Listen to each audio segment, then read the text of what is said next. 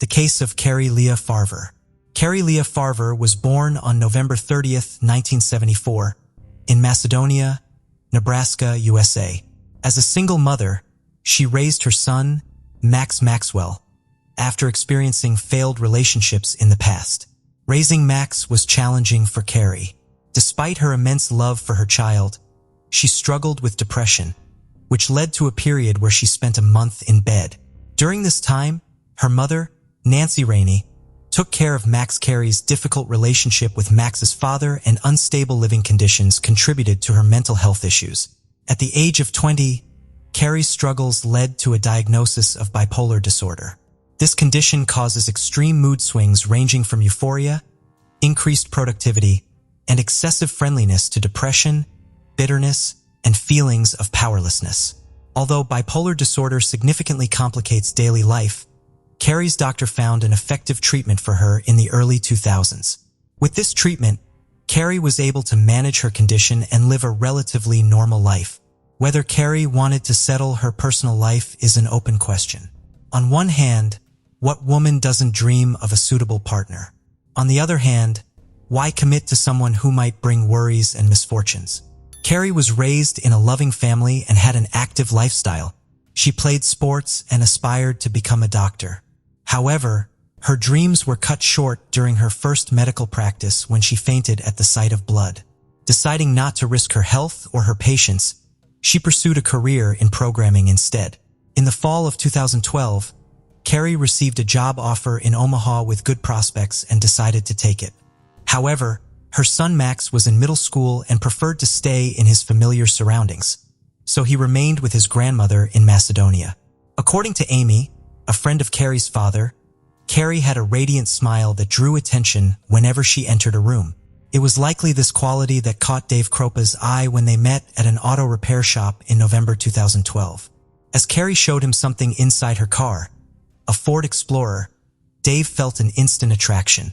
Their first date arrived soon after, but their time together was interrupted by numerous calls and messages from a woman named Liz, who eventually stopped by Dave's apartment to collect something she had left there earlier. Dave told Carrie about his past relationship with Liz, whom he met on a dating site 6 months prior. They had been together for a while, but he ended things because she was extremely clingy. Carrie was understanding and wasn't fazed by Liz's presence in Dave's apartment, recognizing that everyone has past relationships that can resurface. 2 weeks after moving in, Carrie started dating Dave. They had discussed their expectations beforehand and agreed to a brief, casual affair. Liz, whose full name is Shauna Elizabeth Gollier, was the first person Dave met online in 2012. Dave and Liz had children around the same age. However, Dave felt Liz wasn't a suitable long-term partner due to her limited education and lack of shared interests.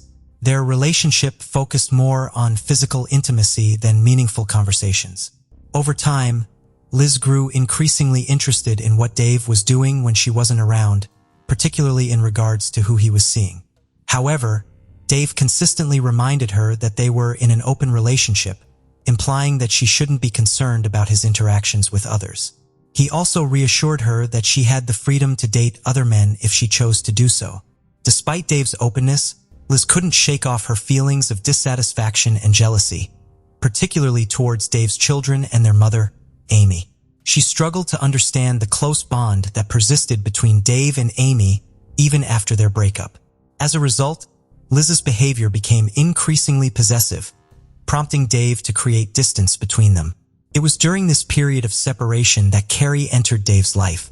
Carrie was not only beautiful, but also stylish, intelligent, and a great conversationalist. Dave found himself lost in conversation with her for hours, feeling an undeniable connection as they shared common interests and perspectives. Liz noticed that Dave was becoming increasingly distant, so she tried to rekindle their connection by sending messages, emails, and making phone calls. However, he had no intention of stopping his interactions with Carrie or anyone else for her sake. Meanwhile, Carrie and Dave were spending more nights together, which was convenient for Carrie's work schedule and enjoyable for Dave. Carrie seemed to be taking things lightly, focusing on having fun and not looking for anything serious.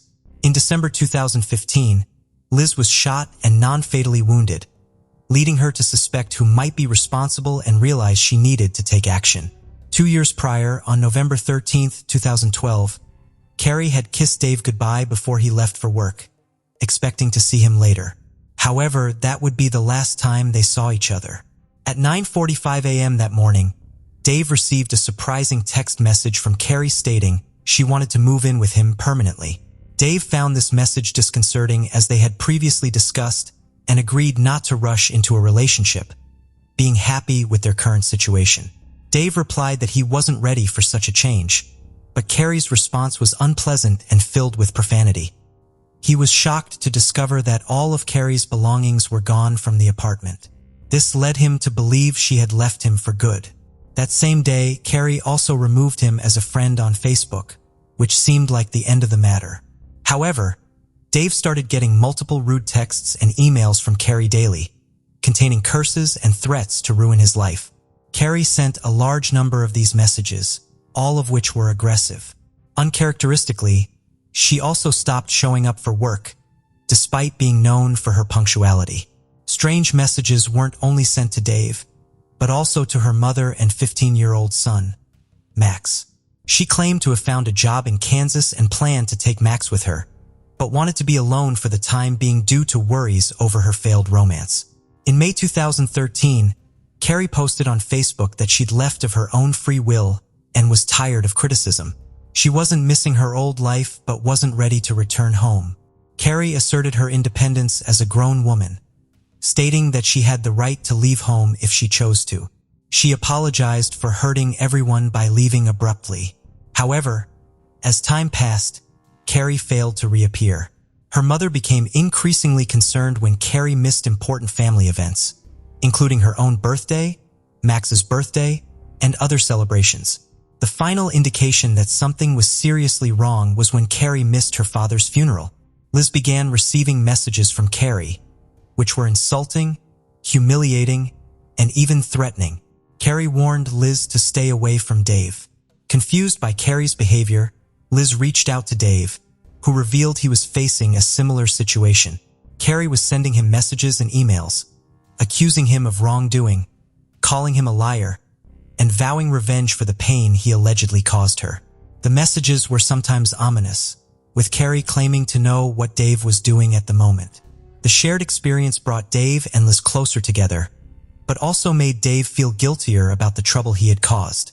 The messages from Carrie grew more menacing and were filled with grammatical errors and illogical content.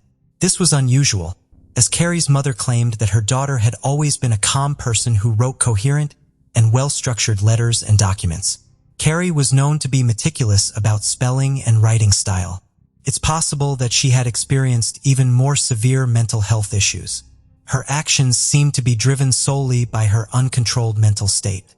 A key indicator of dissociative identity disorder, also known as split personality, is the presence of separate, simultaneous self-consciousness in each ego, each with its own distinct memories, thoughts, behaviors, and inclinations towards specific actions.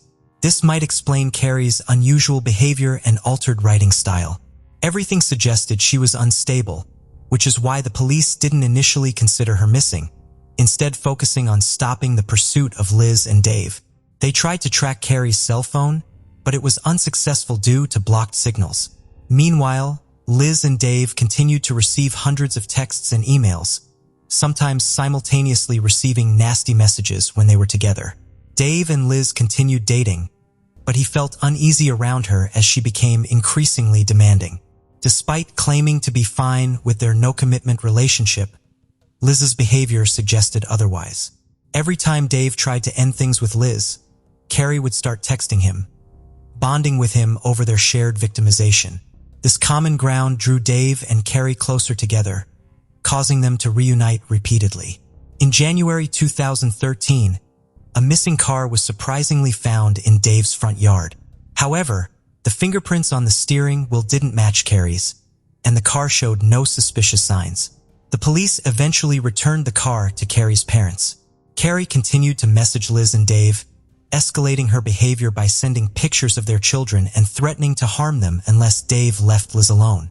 As time passed, Carrie's stalking persisted, and Liz's jealousy grew, frustrating Dave. He became exhausted with the events unfolding in his life and eventually found the strength to end his relationship with Liz. This decision came shortly after a tragic incident in August 2013 when Liz reported a fire at her home that resulted in the death of all her pets, including a snake, a cat, and 2 dogs. Liz suspected Carrie was responsible, citing repeated threats made via texts and emails. The incident marked a significant turning point in the case of missing person Carrie Farver, leading to Carrie's placement on a federal wanted list. Tens of thousands of messages were meticulously analyzed. Law enforcement seized cell phones from Dave and Liz, as they believed Dave was also in danger. Someone had vandalized the auto repair shop where he worked and thrown a brick through his window. It appeared that Carrie's anger was directed at anyone in Dave's life. Consequently, Amy Flora, Dave's ex-wife, began receiving threatening messages from Carrie. As Dave spent time with his children, he also saw Amy regularly. The police were perplexed as to why Carrie, who had dated Dave for less than 2 weeks, was now stalking Dave and his ex-wife. The investigators decided to focus on Dave Kropa, as Carrie's disappearance raised many questions that needed to be answered. It was a mystery that didn't add up. Carrie Farver's family was also tirelessly searching for her, exploring every possible lead to find her. Their efforts finally paid off in the spring of 2015 when detectives Ryan Avis and Jim Doty took on the case. Unfortunately, they found no evidence that Carrie was still alive. One of the detectives shared their thoughts with ABC News. "It's unusual for adults to suddenly leave without using any money. No one saw or heard from her, which doesn't make sense. She had a good income and a nice home. I've come to believe that I have no proof she's alive." With the help of a digital forensics expert, the detectives analyzed data from Kropa and Golyer's phones from 2013. They discovered that Carrie had sent over 50,000 texts and 15,000 emails to Dave in just 3 years. Whoever was impersonating Carrie became increasingly sophisticated, trying to hide their IP address and true identity. Somebody with expertise in computer programs seemed to be behind the strange occurrences. In December 2015, Liz Golyer contacted the police again, this time reporting that she had been shot in the leg on her own doorstep. She claimed her attacker was Amy Flora, not Carrie. Coincidentally, Dave was missing a gun that Amy may have had access to. This new development raised suspicions that Amy might be involved in Carrie's disappearance. The investigation uncovered a lead that suggested Amy's motive. She may have been seeking revenge against women connected to Dave Kropa. Amy's relationship with Dave had been complicated, and the presence of other women in his life might have prevented them from reuniting. The police promptly questioned Amy, but surprisingly, she had a solid alibi. Multiple witnesses confirmed that she was not at Liz's house when the shooting occurred, so no arrest was made. The investigation became increasingly puzzling. New details emerged from the analysis of Liz's cell phone data. Investigators found fake email addresses using variations of Farver's name and an app used to schedule messages. This discovery shed light on how Liz and Dave received simultaneous messages from Carrie. The investigation led to suspicion of Liz Golyer, which intensified when her fingerprint matched those on Carrie's car steering wheel. It was now clear who the culprit was, and the priority was to prevent further harm. To catch Liz off guard, detectives devised a plan to create a fake narrative, pretending to still consider Amy the prime suspect, aiming to prevent Liz from escaping or destroying evidence. Liz fell for the trap. She was thrilled at the opportunity to eliminate another rival who was threatening her relationship with Dave. Soon after, Liz Golyer gave the police an email supposedly written by Amy. The email included a confession to kidnapping Carrie, along with specific details about the crime. According to the confession, Carrie had been stabbed in the stomach or chest area before her body was disposed of. The email also revealed information about Carrie's car and home that had not been publicly disclosed. According to an investigative spokeswoman, Liz provided detectives with information that only someone intimately involved in the crime could have known. In doing so, she inadvertently implicated herself in Carrie Farver's murder. The letter made it clear that the crime occurred in a car, prompting authorities to re-examine the victim's vehicle. Upon removing the seat covers and fabric, specialists discovered a blood stain belonging to Carrie Farver. Liz managed to send messages posing as Carrie without arousing suspicion, but it's unclear how. Reports suggest that Liz Gollier led a double life, dating both Dave and a man named Garrett. Notably, Garrett's IP address was linked to messages sent under Carrie's name. When questioned, Garrett revealed that he had been in a long-term relationship with Liz. Out of kindness, Garrett invited Liz to move in with him and his children after a fire. However, their relationship became complicated and deteriorated significantly once they started living together. Garrett would often take care of Liz's children while she isolated herself in her room or left the house. Garrett was shocked by what the police told him. It was discovered that Liz spent 40 to 50 hours a week pretending to be a missing woman. Although her room was messy, no significant evidence was found. However, investigators did discover several cell phones and electronic devices in the last place she stayed. In late December 2016, Shauna Liz was charged with first-degree murder. The county prosecutor commented on the complexity of the investigation, stating that most murders are dark, but this crime was particularly bizarre. It would take some convincing to make someone believe it actually happened. Liz's actions, including letting her dog die in a fire she set herself and shooting herself in the thigh, were attempts to deflect suspicion from herself. Liz's attorney, James Martin Davis, believed the case against her was weak, since it was largely based on circumstantial evidence. Key pieces of evidence were missing, including Carrie's body and the crime weapon, and Liz had not confessed to the crime. In fact, there was no conclusive proof that Carrie was even dead. The defense team requested a mistrial, which would allow a judge to determine the extent of Shauna's guilt. The prosecution presented a substantial amount of complex electronic evidence, as well as physical evidence. They argued that the amount of blood found on the passenger seat of Carrie's car supported the theory that she had been stabbed. Investigators also found a direct link between Shauna and Carrie's murder by analyzing a memory card that Shauna had used around the time Carrie went missing. The memory card, which was found in a tablet stored at Dave's residence, contained deleted images. It was clear that the foot belonged to a person who had been deceased for several years. Notably, Carrie had a similar tattoo among her distinguishing features. Her mother later confirmed that the tattoo indeed belonged to Carrie. The photo solidified the conviction of Shauna Liz as a predator. The judge ruled her guilty of first-degree murder and handed down a life sentence without parole, stating that Carrie Farver did not disappear by choice but was tragically murdered. Authorities suspect that Shauna murdered Carrie, allowed her body to decompose, and then burned the remains to eliminate all evidence. Motivated by jealousy, she decided to eliminate her rival. After disposing of Carrie, Shauna took her cell phone and used it to send messages that would make Farver appear unstable and win back Dave's favor. When this plan succeeded, Shauna wanted to eliminate Amy as well, but she became too entangled in her own scheme and ultimately fell into her own trap. Shauna, also known as Liz, was also found guilty of arson for setting fire to her own home in August 2013 and attempting to blame it on Carrie. The fire destroyed the house and killed pets, resulting in an additional 20-year prison sentence. She is currently serving her sentence at the Nebraska Correctional Center for Women, despite maintaining her innocence. Dave revealed that he received thousands of emails and text messages signed by Carrie over the years. However, he claimed that he never noticed Carrie stalking him during their relationship, which contrasts with his experience with Shauna. So what happened to Carrie's son, Maxwell Farver? According to his LinkedIn profile, he followed in his mother's footsteps and became a computer programmer. He graduated from the University of Iowa with a degree in software engineering data science and is now married. Although it's unlikely he's forgotten the past, he may have found some peace with his new family. As for Dave Kropa, he now lives a private life away from the public eye. He doesn't have a public account on any social media platform.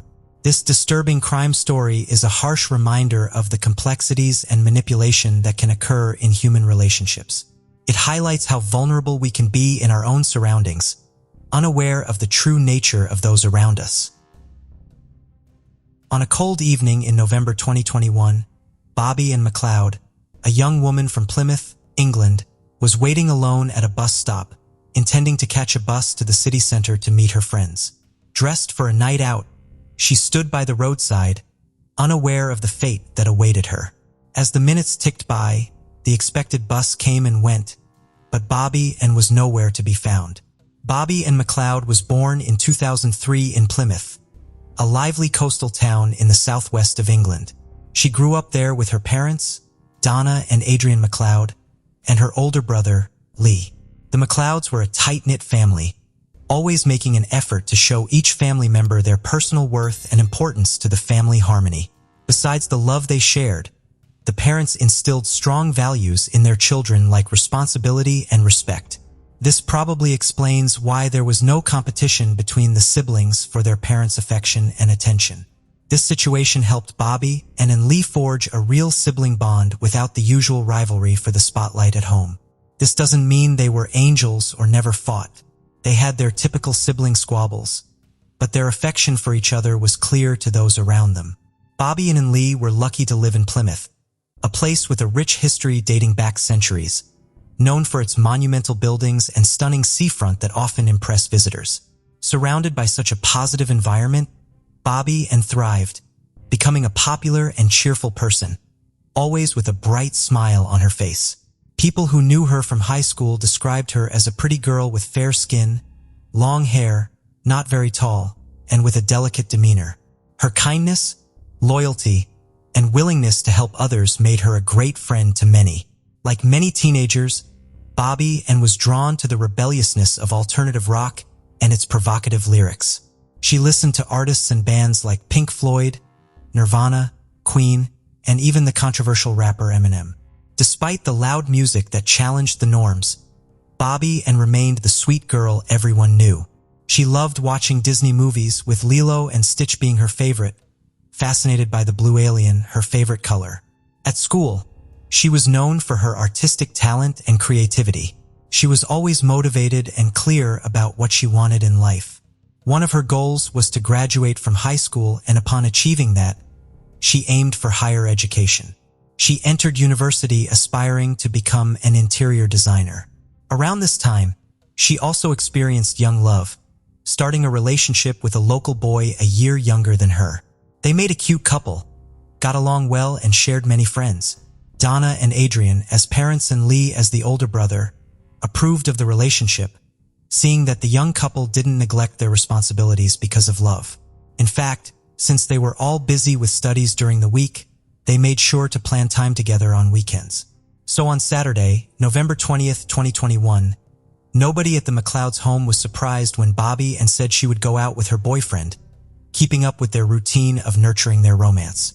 They had plans to meet some friends at 8 p.m. in the city center. She had to leave home well in advance to account for the travel distance and the need to catch a bus. It was around 5:45 p.m. when the young girl bid her father goodbye, told him she loved him, promised to be back at the agreed time, and left for the bus stop. She had a 4-minute walk to the nearest bus stop at the end of her street, a route she was familiar with. Between 6:05 and 6:15 p.m., some passersby spotted her standing at the stop, looking up and down the street waiting for the bus. Like any girl her age while waiting, she used her mobile phone and checked her social media. She took a selfie and posted it on her story, mentioning how cold she was feeling. At the same time, Cody Ackland, a promising musician from Plymouth, age 24, was in the area. Little is known about Cody's early life, other than he was the son of David and Helen Ackland, born in June 1997 in Germany, where his father, a former military man, was stationed. After his parents divorced during his childhood, he lived with his mother in Plymouth, close to the bus stop where Bobby Ann was waiting. Although Cody attended the same high school as Bobby, and their 6-year age difference meant they likely never met there. After school, he worked various jobs, but music was his passion, leading him to become an indie rock band's lead guitarist and songwriter. To those who knew him, he was a nice guy making a name in the local music scene with no history of violence or trouble with the law. However, his bandmates noticed his tendency towards depression and a not-so-cheerful temperament, which was starkly different from his energetic stage persona. Unknown to many, he harbored interests far removed from the music world, and behind his friendly and sometimes melancholic exterior lurked a much darker side. In secret, Cody had developed a bizarre fascination with serial killers from around the world and even kept a list of dangerous individuals he admired. Among his favorites were Joseph James D'Angelo, Andre Chikatilo, Ivan Milat, Fred West, and Tommy Lynn Sells, all notorious for their heinous minds. But topping Cody's dark list was none other than Ted Bundy. This criminal had kidnapped, sexually assaulted, and murdered about 30 women in the 1970s in the United States. After being convicted for the trail of terror he left behind, Bundy was executed in 1989. With his criminal idol in mind, Cody got into his car and, in a twist of fate that would prove deadly for Bobby, and spotted her at the bus stop. The exact details of how he approached her remain unclear, but it's likely she didn't see him as a threat due to his unassuming appearance. Taking advantage of the secluded spot, Cody struck her on the head with a hammer, the blow causing her to collapse. He tried to flee, but upon reaching his car, he noticed she was trying to get up. He returned to the scene, dragged her to his vehicle, and forcibly placed her inside despite her incapacitated state.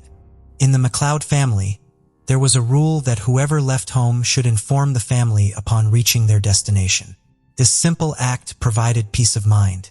That's why when an hour and a half had passed since Bobby and left and Donna hadn't heard from her daughter, she started to worry. She texted to ask if Bobby and was okay and if she had reached her meeting spot with her boyfriend. With no reply from Bobby and her phone going unanswered, which was out of character, the family grew anxious. By 8 p.m., her boyfriend, who was waiting for her at their planned meetup spot, was surprised by her absence as punctuality was one of Bobby and's notable traits. As time slowly ticked by without her arrival, he, trying to remain patient, stayed put but eventually gave in to his nerves and began calling her. His worry deepened with each unanswered ring. About an hour later, he called the McLeod residence to ask if Bobby and was there. This call escalated the family's anxiety as no one knew her whereabouts and all attempts to reach her on her mobile phone had failed. Donna and Adrian couldn't just sit by idly, so they started calling Bobby and's friends one by one, only to sadly find out that no one knew where she was. Although they hoped nothing bad had happened, deep down they feared the worst. Without further delay, they went to the police and reported her missing. It was after 9 p.m. The next day, November 21st, 2021, the police launched a search operation in the area, joined by the McLeod family, friends, and volunteer neighbors. They also distributed flyers throughout the city, featuring Bobby and's photo and contact numbers for any sightings. Her disappearance was widely reported on social media and local news outlets. One of the most heartfelt appeals came from her brother, Lee, who pleaded on social media for everyone in Plymouth to help search for his little sister. He urged anyone with any information about Bobby and to come forward, as he desperately wanted her back home. The police tried to trace the young girl's path from her house to the bus stop, but found nothing noteworthy. Knowing she planned to take a bus to the city center, they inquired with the bus service to see if she had boarded any of their vehicles, but this lead quickly went nowhere. However, during interviews with locals, the police received a crucial tip from a resident who had passed by the bus stop the previous afternoon and seen Bobby, and there around the time she took her last social media photo. This confirmed that she had reached the bus stop and stayed there for some time, giving investigators a starting point. Upon searching the nearby area, officers found a pair of AirPods behind the bus shelter, later confirmed by Donna and Adrian to belong to Bobby Ann.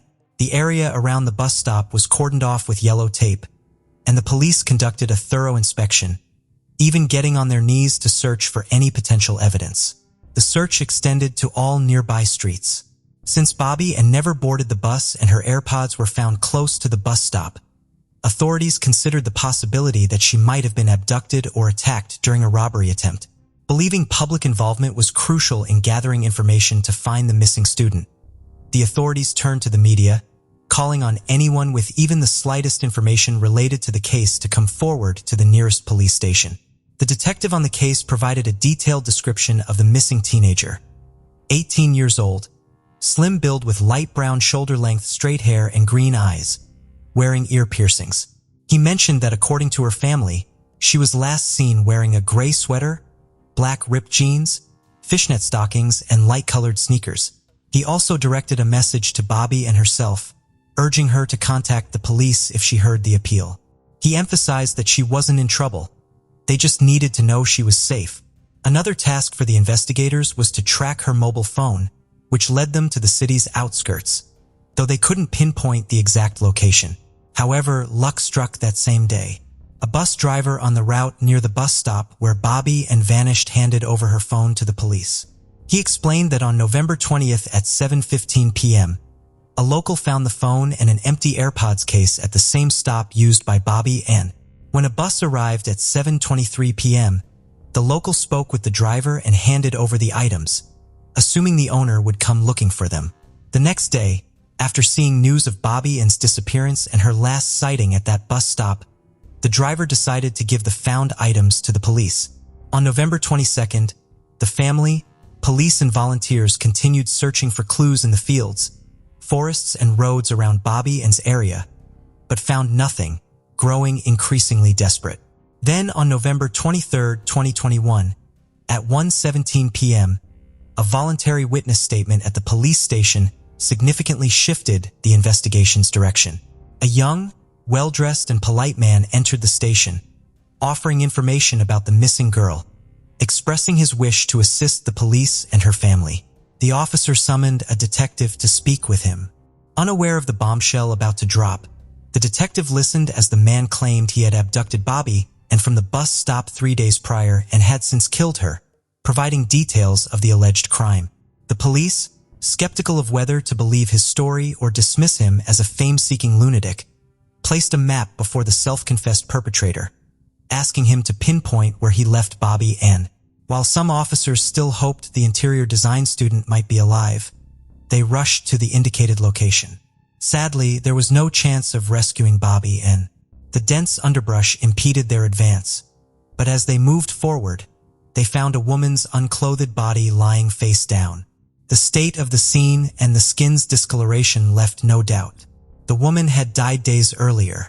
Later, the police publicly announced that after receiving a confession from a suspect and verifying its authenticity, they had discovered a woman's lifeless body on a beach about 7 miles from the bus stop where Bobby Ann was last seen. The body was found in a wooded area and the victim had yet to be identified. However, due to the height and certain physical traits, investigators strongly believed it was Bobby Ann. While awaiting official identification, they informed the McLeod family of the discovery. The suspicions were confirmed when dental records of the victim matched those of the abducted student. The confirmation that the body was indeed that of the beloved missing student sent shockwaves through the local community. The people of Plymouth, who had actively participated in the search, were shattered by the tragic end of the case. To express their grief and support for the McLeod family, residents held a vigil near the bus stop from where Bobby Ann was taken. Overwhelmed by tears and trying to stay strong, Bobby Ann's mother thanked friends in the community for their support during the search and at the vigil honoring her daughter's memory. She regretted the sad circumstances that brought them together. With a quivering voice and shaking hands surrounded by loved ones, she delivered a prepared statement highlighting the blessing it was to watch Bobby Ann grow up in their family. She mentioned that although her beloved daughter's life was taken too soon, the beautiful impact she had wherever she went would never be forgotten. Then, lifting her candle, she asked everyone to do the same in memory of her daughter, followed by a minute of silence.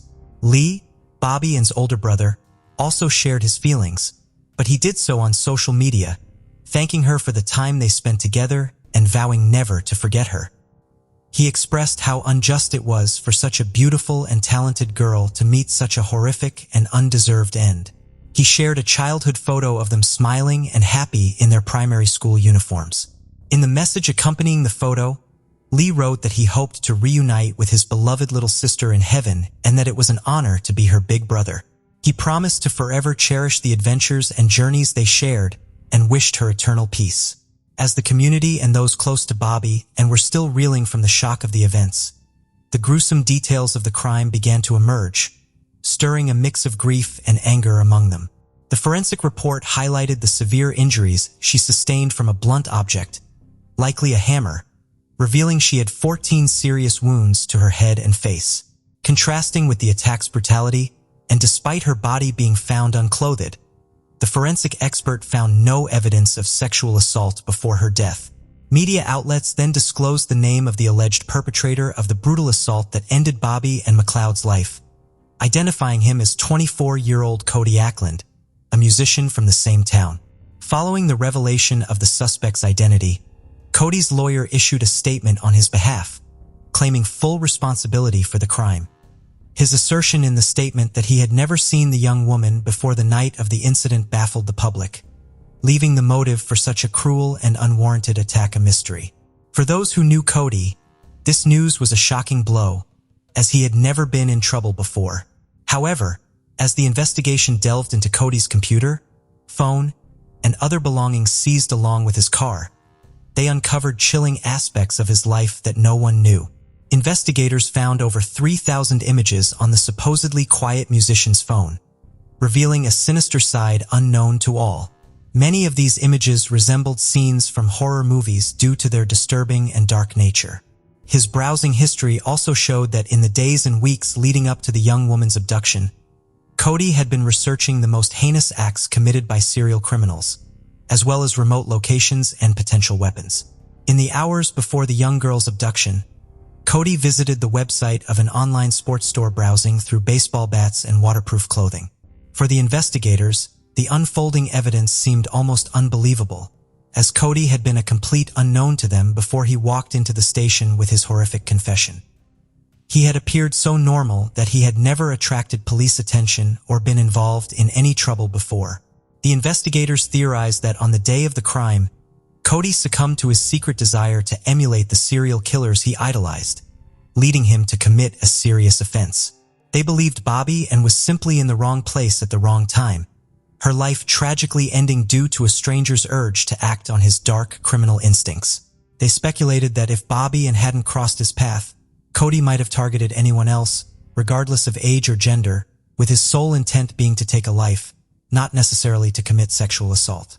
In the midst of the turmoil caused by the crime and its disturbing details, the band Cody was part of, which had recorded its first disc in August of the same year, announced on social media their decision to disband immediately. They stated that ending the band, for which Cody was the guitarist and songwriter, was an act of respect for the deceased teenager. They expressed shock over the tragedy and difficulty in coming to terms with what had happened, extending their thoughts and prayers to the family and friends of the university student who were devastated by her loss. Finally, on November 26, 2021, Cody appeared before the court charged with murder. In the brief hearing, he was seen wearing a gray cotton sweater and a blue mask adhering to the ongoing COVID-19 pandemic health measures. He spoke only to confirm his name, address, and date of birth. The presiding magistrate informed him that he would be held in custody and face trial at the Crown Court in Plymouth. Cody was scheduled to appear at the court for a preliminary hearing to address all matters related to the case before proceeding to the actual trial. It was during the pre-trial hearings that the full extent of the horror unleashed on the day Bobby and Cody's paths tragically crossed was revealed. Bobby arrived at the bus shelter around 6:15 p.m. At that time, Cody, driving his Ford Fiesta, spotted her at the stop. He noted a slight resemblance between Bobby and his ex-girlfriend, but he clarified that his actions were not triggered by emotional reasons or the resemblance. Instead, he had been seeking a victim to fulfill his long-standing plans. Bobby and a design student seemed the perfect target for him, so he parked on the road behind the bus stop. After stopping, he watched not only her, but also the surroundings to ensure no one else was around. Then he quietly approached her with a hammer he had brought along and struck her twice on the head. Believing the blows were fatal, he returned to his car to escape, but to his astonishment, he saw that Bobby was not only alive, but also trying to get up from the ground. Faced with this unforeseen situation, Cody went back to the bus stop, dragged her away, and somehow managed to get her into his vehicle. He then drove her to a secluded parking area about 7 miles away. It was around 7:45 p.m. when he stopped in the midst of a wooded area, intending to dispose of the body there. What had already occurred to the innocent young woman was tragic enough, but the worst was yet to unfold. The most painful and chilling part of the story began at this point.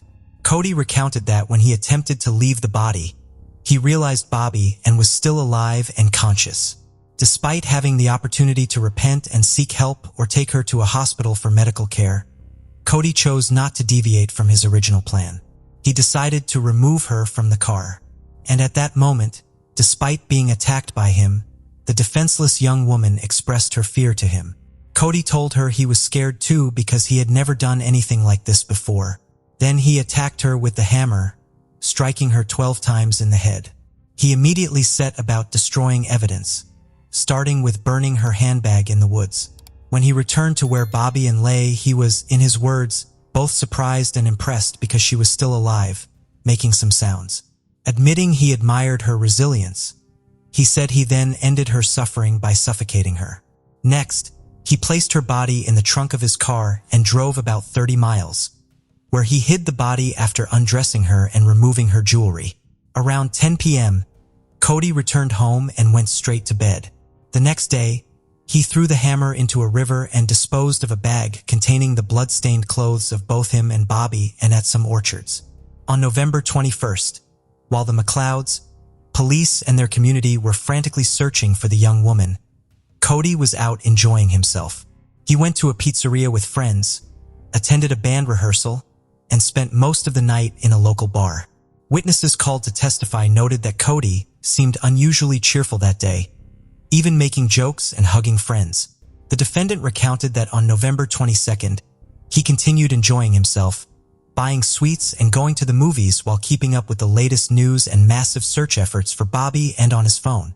However, the initial euphoria of having fulfilled his dark fantasies gradually faded. On November 23rd, Cody went to his job at a car service company where he worked as a valet. The morning was uneventful, but after his lunch break, he made an unexpected turn. Cody messaged his bandmates telling them he loved them and they might not see each other for a while. He also sent a message to his mother expressing his love. Then he went to the police station and confessed to the crime. During the police statements at the hearings, it was made clear that in addition to Cody's confession, there were numerous pieces of physical evidence collected from various locations he visited after the crime. Investigators found the victim's DNA in Cody's Ford Fiesta and on sneakers recovered at his house. As for the motive behind the crime, the detective who led the investigation noted that the suspected perpetrator refused to elaborate on his reasons. Despite attempts to get answers, Cody consistently avoided questions about why he took Bobby's life. He recalled that after surrendering, Cody told the police that the crime hadn't been on his mind, as it felt as surreal as a movie or fantasy. He later admitted he couldn't fully grasp his feelings about having taken someone's life, suggesting it felt like someone else had committed the act. Concerning Cody's mental state, a psychiatrist evaluating his fitness to stand trial uncovered a significant detail. The accused confessed to the specialist that the depressive feelings he had experienced throughout his life vanished after he killed the university student, and he no longer felt the same level of resentment as before. With all the case-related evidence presented during the pretrial hearings, the trial proceeded in a Crown court between April and May 2022. In the courtroom, Cody's lawyer acknowledged that while psychiatrists found his client did not have a mental illness, he had endured significant emotional difficulties throughout his life. He mentioned that Cody was diagnosed with attention deficit hyperactivity disorder, dyslexia, and anxiety from an early age, and had battled depression for at least 7 years. He also pointed out that Cody had received little consolation or emotional support at home and found none during his school years. Regarding a father figure or other male role models, he stated that Cody had never experienced anything positive, which in his view explained Cody's admiration for negative male figures.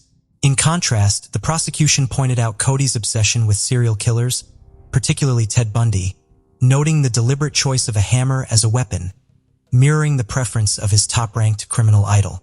During the sentencing hearing, the judge characterized Cody as highly dangerous, emphasizing that his interest in serial killers extended beyond morbid fascination.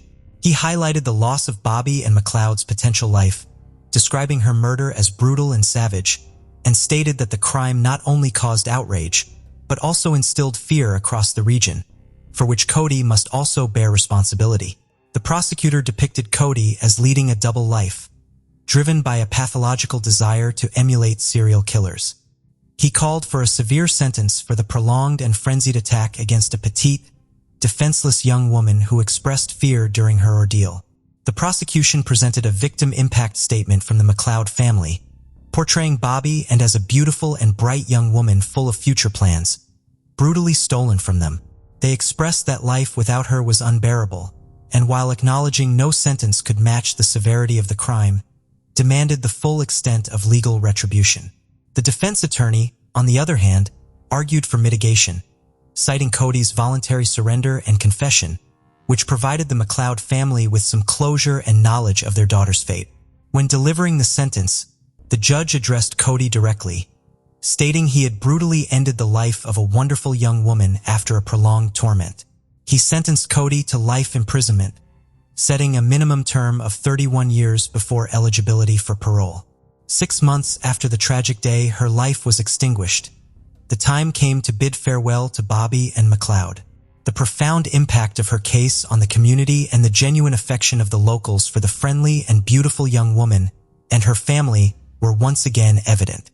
On May 26, 2022, the day of the interior design student's funeral, hundreds lined the streets of Plymouth to pay tribute as the procession passed through the city center. The hearse, covered with a blanket and plush figures of her favorite childhood characters, Lilo and Stitch, was drawn by a horse-drawn carriage. At the funeral, Bobby and's favorite music, alternative rock, played, and many attendees wore band t-shirts and black jeans as a nod to the beloved young woman. Out of respect, they avoided wearing ripped jeans, the fashion she donned on the day she was attacked. One of the most touching moments was when people left flowers and balloons at a memorial bench near the bus stop, where the attack and abduction occurred.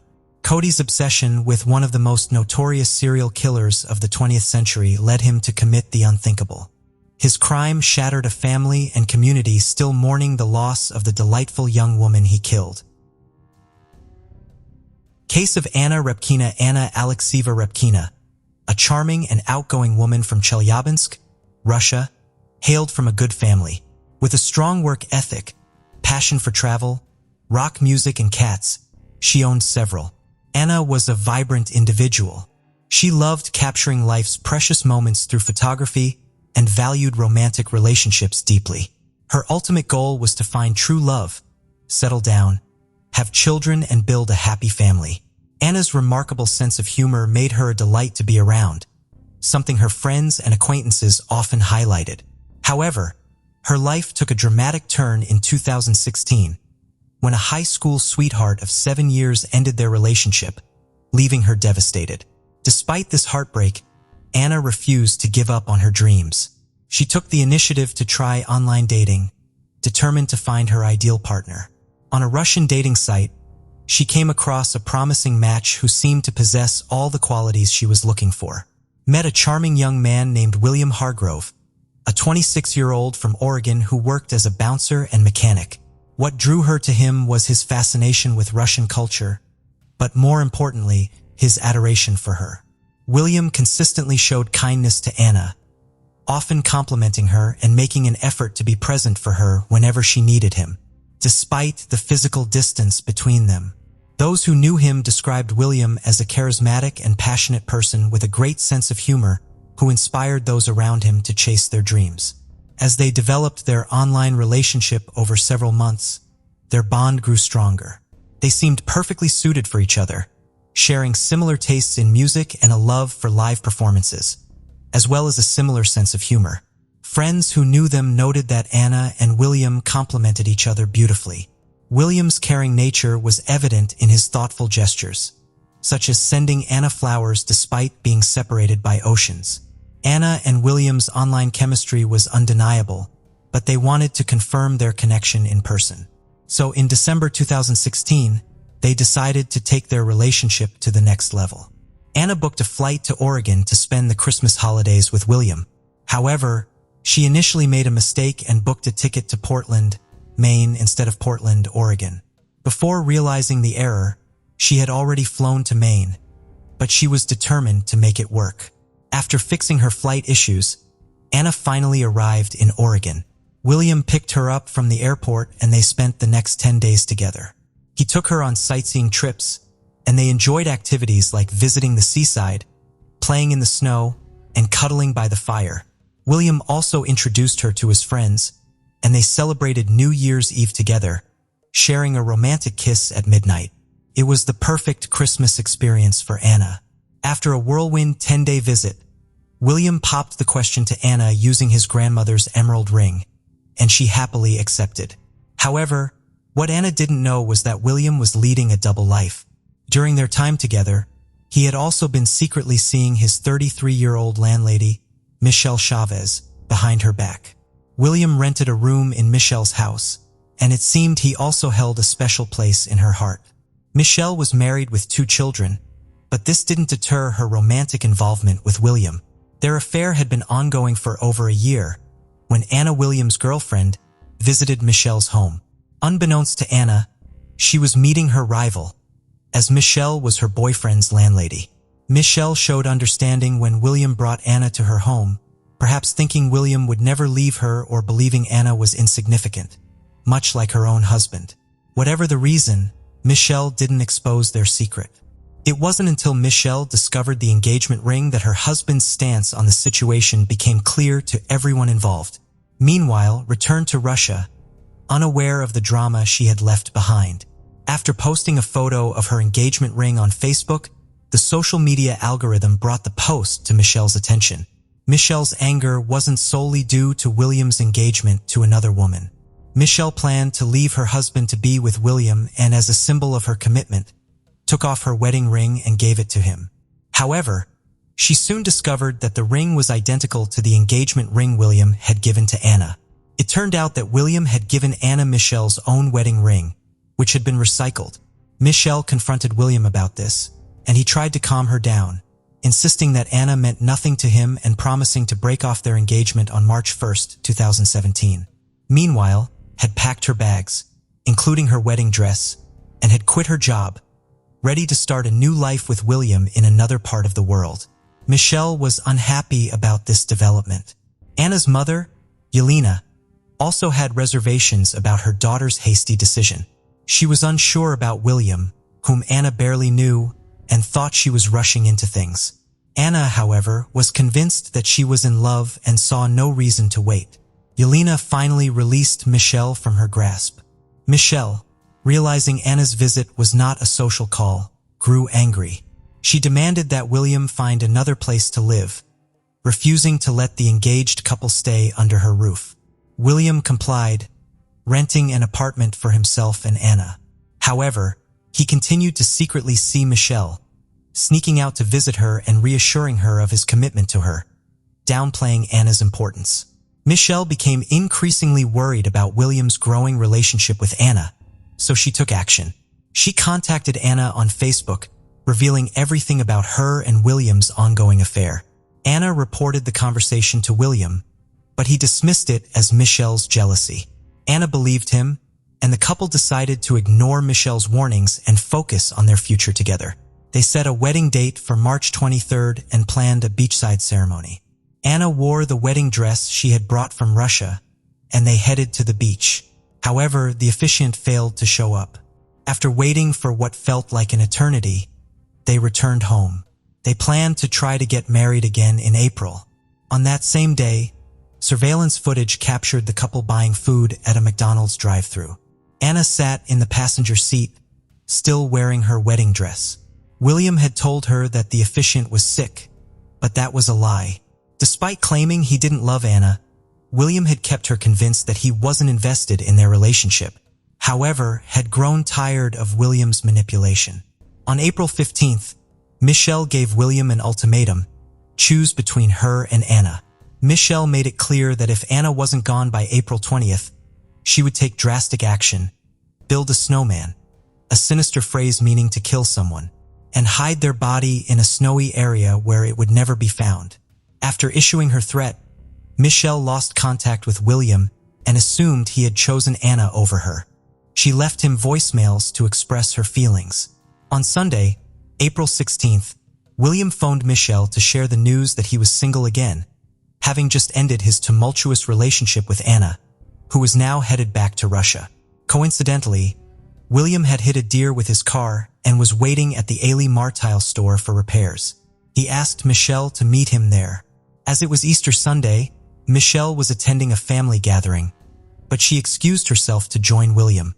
When she arrived, they reconnected by having an intimate moment in William's car, reaffirming their strong connection. On April 17th, Anna's body was discovered in the forest. Initially, investigators didn't know her identity, as there was no identification found with her body, and she had only been in the state for about a month.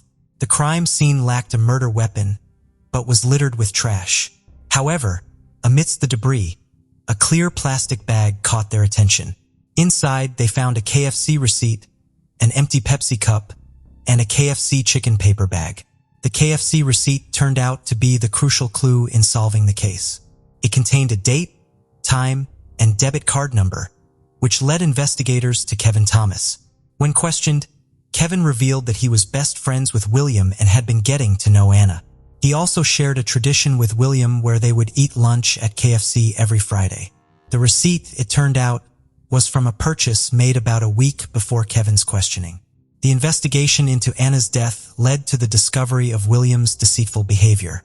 In his interview, Kevin revealed that William had borrowed his shotgun, claiming he wanted to go to the woods to clear his head. However, William never returned the weapon. The police began to suspect William and Michelle after hearing Kevin's following Anna's death. William's behavior became increasingly unusual and suspicious. He withdrew money from Anna's bank account to pay off his debts, and was caught on camera buying cigars and Star Wars Legos at various stores. William also confided in Kevin that he was spending money recklessly to cope with his emotions. Furthermore, he began researching time travel and even reached out to strangers on WhatsApp, offering to exchange his soul for the opportunity to go back in time. William wanted to travel back in time to April 16th to prevent a situation caused by his best friend's mistake. However, on that day, William was seen crying in a store employee's arms, claiming his girlfriend had just broken up with him. He had moved back in with Michelle, but was picked up by the police and questioned. The police asked William about his whereabouts on April 16th, and he said he was on a drive with Michelle. When asked about Anna, he denied having a romantic relationship with her, saying they had only gone on 2 dates and he had ended things. According to William, their last interaction was in mid-March, when Anna mistakenly posted their engagement on Facebook, causing trouble with Michelle. When questioned about the trash found near his late fiancée or the woman he dated, William admitted to littering, but claimed it was just KFC trash and a can from the general store, not related to Anna's death. About 40 miles separated the ALP general store from the logging road. However, the investigators did not believe William's alibi. Lieutenant Chris Duffett, one of the investigators, quickly increased the pressure by revealing that William's trash had been discovered near a murder victim at a different location. Initially, William reacted with surprise and heartbreak, feigning disbelief that he was being questioned about a murder. 2 days after Anna Rapina's body was found, her fiancé William Hargrove was arrested for her murder on April 19th. During the investigation, was also questioned about her whereabouts on April 16th, the day Anna was killed. At first, Michelle stuck to a rehearsed alibi, claiming she and William had spent the day together, with William picking her up from her mother's house and going on a drive. However, Michelle later changed her story, admitting she had lied initially. She then claimed that she and William had planned to meet up, but he never called or showed up. When the police revealed that William was in custody for murder, Michelle's response was surprisingly calm, saying only, "Okay." The investigator pressed Michelle on her lack of emotion, which eventually broke down, and she tearfully attributed her initial calm to being in shock. William Hargrove was indicted on charges of murder, identity theft, and 2 counts of theft in June 2018. His trial began in October 2019, with the prosecution seeking the maximum penalties for each charge, while the defense argued for a more lenient sentence. William's defenders claimed he was innocent and that Melissa, the spurned lover, was the true culprit. However, the prosecution presented a strong case against William, backed by evidence and motive. The evidence showed that William was torn between 2 lovers, with Anna pressuring him to make a choice. There were records of William and Anna driving together in an alone car. On the day of Anna's murder, William's cell phone was tracked to the logging road at 4:30 p.m. The shotgun used to kill Anna was found in William's car, with his fingerprints being the only ones on the weapon. Despite denying any involvement in Anna's death, William was caught using her money to go shopping and pay off his car insurance. He was even filmed withdrawing cash from an ATM using her card. The prosecution argued that William had driven Anna to the forest, gotten her out of the car, and then executed her with his shotgun. The prosecution claimed that William was faced with a choice between Anna and Michelle, leading to his actions. In contrast, the defense argued that their client was innocent. According to the prosecution, the evidence pointed to Melissa as the perpetrator. A threat from Melissa to build a snowman with Anna, her cell phone found near the logging road, and Anna's cell phone discovered in Melissa's house suggested that Melissa had planned the crime. Melissa, who was not charged with any crimes, testified as a witness for the prosecution. She revealed that she worked as a late-night cab driver and was married to an Oregon State University instructor, but their marriage was loveless and open. She met William at a bar where he worked and, with her husband's permission, began a romantic relationship with him. As they grew closer, William rented a room in her house. When Anna entered the picture, Melissa was not threatened, having a similar open relationship with William. Melissa explained that by her second visit, she couldn't tolerate the situation anymore, especially when she saw her own wedding ring on Anna's finger. Although she had given William an ultimatum, she had no role in William's actions that hurt Anna. Melissa clarified that she never intended for Anna to get hurt or killed. She denied the defense's allegations, stating that the threat about building a snowman was just a joke, a light-hearted family comment, even if it was a bit extreme. She acknowledged that her cell phone was found in the forest, but William was the one who drove her there. She didn't know why or what he planned. Furthermore, William had given her Anna's cell phone the day before he was questioned. As his partner, she naturally held onto it for him. Melissa's testimony lasted 14 hours, and she was not the only one. Around 70 other people testified, including Anna's mother, William's best friend and roommate, some of Melissa's family members, and others. Throughout the case, Melissa faced intense scrutiny, particularly in her hometown in Oregon, where she was criticized and ostracized by the locals. Michelle had reached a low point and attempted suicide, but fortunately it was unsuccessful. The prosecutor praised Michelle's efforts to take responsibility, calling her actions tough and super tough. After a month of court appearances, the judge asked the jury to deliver their verdict. The jury deliberated for less than 3 hours and returned with a decision. Despite the defense's efforts, they couldn't find Michelle guilty of Anna's death. There was no physical evidence linking Michelle to the crime scene or the weapon used. In fact, she had a solid alibi. She was celebrating Easter at her mother's house, and multiple witnesses could vouch for her presence. On the other hand, William maintained his not guilty plea, but the overwhelming evidence against him led to his conviction on all charges. He was sentenced to life in prison with the possibility of parole in 25 years.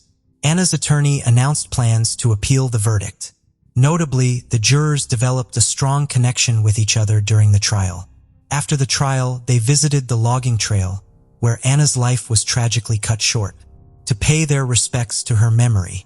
Anna will be remembered as a courageous young woman who left her home in Russia to build a new life in the United States. Anna was a loving person who openly shared her love with others. She was cherished by many during her lifetime, and her memory will continue to be loved and honored. The prosecutor, Amy Matsuko, stated, "The sadness and ordeal for Michaela Ortega's family began on April 23, 2016. On that day, the 12-year-old girl left her house. Lured by a criminal who had deceived her by hiding behind a fake Facebook profile, she never returned. After the mandatory missing person report was filed, multiple searches and operations were conducted to find her, all with the same result, negative. The case quickly grabbed media attention. As days went by, the anguish grew. A month had passed, and the search continued aimlessly until the most unexpected thing happened. Micaela Ortega was born on August 4, 2003, in Bahia Blanca, a port city in the southwest of Buenos Aires province, Argentina. She was the beloved daughter of Monica and Claudio Ortega, who had previously welcomed Brian, her older brother. Micaela, affectionately known as Mika by her loved ones, brought immense joy to Monica and Claudio. She was the apple of her father's eye, and to her, he was like a hero. As it happens sometimes, Claudio and Monica decided to part ways, but they remained on friendly terms, ensuring that the kids always had their father's support and presence. While attending school, Micaela struck up a friendship with Ornella, the daughter of Guadalupe Albacete. Their bond solidified after a school trip. As they prepared for high school, a significant transition, both friends still viewed the world with the innocence of childhood. Micaela dreamt of becoming a veterinarian or a special education teacher, showing a deep love for animals and children with disabilities. She also had a natural ability to serve others, a trait that became evident when Ornella had to use a wheelchair after an operation. Micaela was always eager to help, bringing joy to challenging situations, often with jokes and laughter. She did everything with enthusiasm and was very expressive. However, as she approached her teens, Monica noticed changes in Micaela's personality. Her taste in music, language, and surprising demands, like wanting tattoos and going out alone, bewildered her. Despite their attempts to seek professional guidance from the school, Micaela's volatile temperament led to daily arguments over trivial matters, from breakfast choices to what she should wear. The best times were when Micaela's sweet nature shone through, warming her mother's heart. Claudio, her father, took her to and from school daily. At 12, she only hung out with a few school friends and occasionally with girls from her skating group. A defining trait of Micaela during this time was her strong will to be respected and valued. During the 2016 carnivals, she met Axel and they started a sweet, innocent friendship. Claudio knew of him but hadn't met him. Around the same time, Micaela received a strange friend request on a social network from someone posing as a young girl her age, who was actually a 26-year-old man named Jonathan Luna, born around 1990. Jonathan was sentenced for a serious theft and was locked up in General Roca prison. He was also under investigation for abuse charges. Despite being known as a dangerous man, the judge of the case authorized a temporary release for him in December 2014. Jonathan seized this opportunity to escape. From that point on, there was a warrant out for his arrest, but he was never found. After a while, Jonathan settled down in Bahia Blanca. He lived in a rather rundown house and started a relationship with Maria Eliana Espinoza, a Chilean woman in her 50s. While she worked as a domestic worker, Jonathan spent most of his day glued to his cell phone, browsing social media and idling away in bed. On a popular social network, he managed more than 4 accounts posing as a woman. Collectively, he had more than 1,700 contacts, and 95% of them were girls Micaela's age. His preference for minors led him to form a face-to-face friendship with a 15-year-old neighbor who would visit his house to drink, mate, and chat. Even though he got along better with Maria, he frequently mentioned that he was in love with the teenager, brazenly stating his wish to have intimacy with her. Micaela, unaware of his true nature, started a virtual friendship with this sinister figure, thinking he was another girl her age. Using his charm, Jonathan slowly gained her trust. Around mid-April 2016, an argument with her mother persuaded Micaela to think about leaving home. When Jonathan found out he saw the perfect chance to meet her, he convinced her that a cousin of his fake online friend could pick her up and bring her to his house. On Friday, April 22, 2016, after expressing her love to her mom, Micaela retreated to her bedroom. Unaware of the true situation and believing her daughter was asleep, Monica had no idea that Micaela was writing a farewell letter. In it, Micaela asked for forgiveness and urged her family not to look for her, explaining she was heading to a friend's house on Saturday morning. The next day, April 23rd, after leaving the letter on her bed next to a stuffed toy, Micaela prepared to leave. Micaela left with just her ID and a hair straightener in her bag. A neighbor spotted her walking alone around 4:15 a.m., and a teacher saw her a few streets down later. Not long after, security cameras captured Jonathan with the girl. It was later revealed that he walked her for about 6 miles to a remote and hard-to-reach area where he tried to abuse her. Michaela fought back with all her strength, which enraged her attacker. He then assaulted her violently, ultimately taking her life. Before fleeing, he stole his victim's belongings. Monica woke up oblivious to the tragedy that had unfolded. But soon, the harsh reality hit her as she realized her daughter was missing, filling her with unprecedented panic. Given Michaela's careful attention to her appearance, it didn't surprise Monica that the hair straightener was gone. But the absence of her ID was unusual since Michaela always left it at home.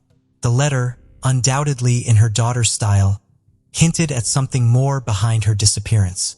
Monica sensed a connection to someone in her daughter's recent behavior, suggesting an older person was involved, possibly holding her against her will.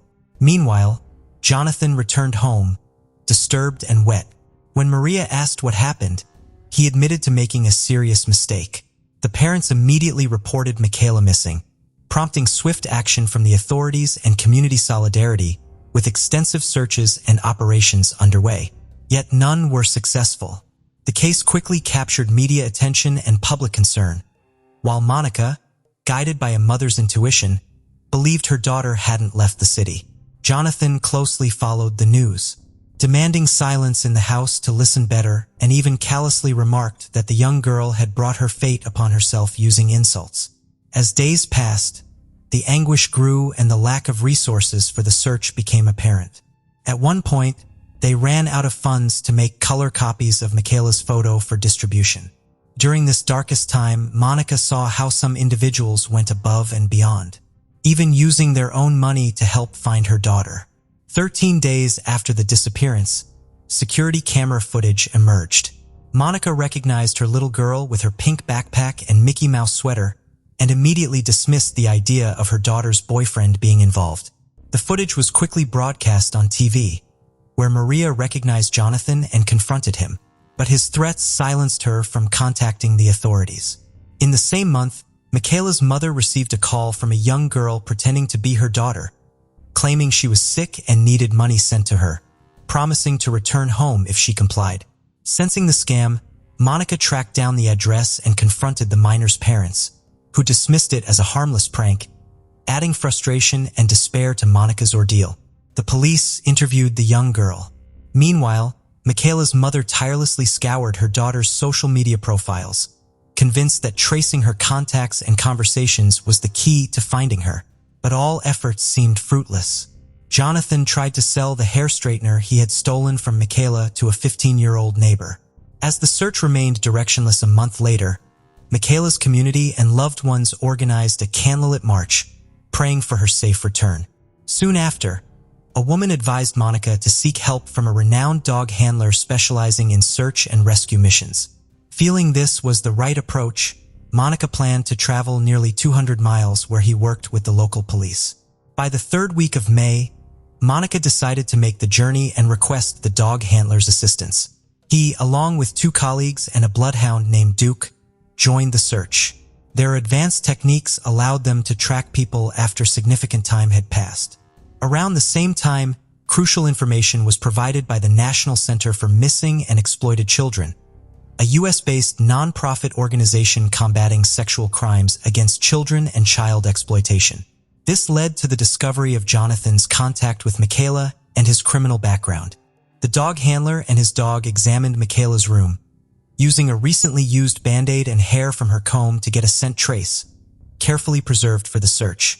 The bloodhound followed the trail from her house, leading to a bus stop captured on the first surveillance camera.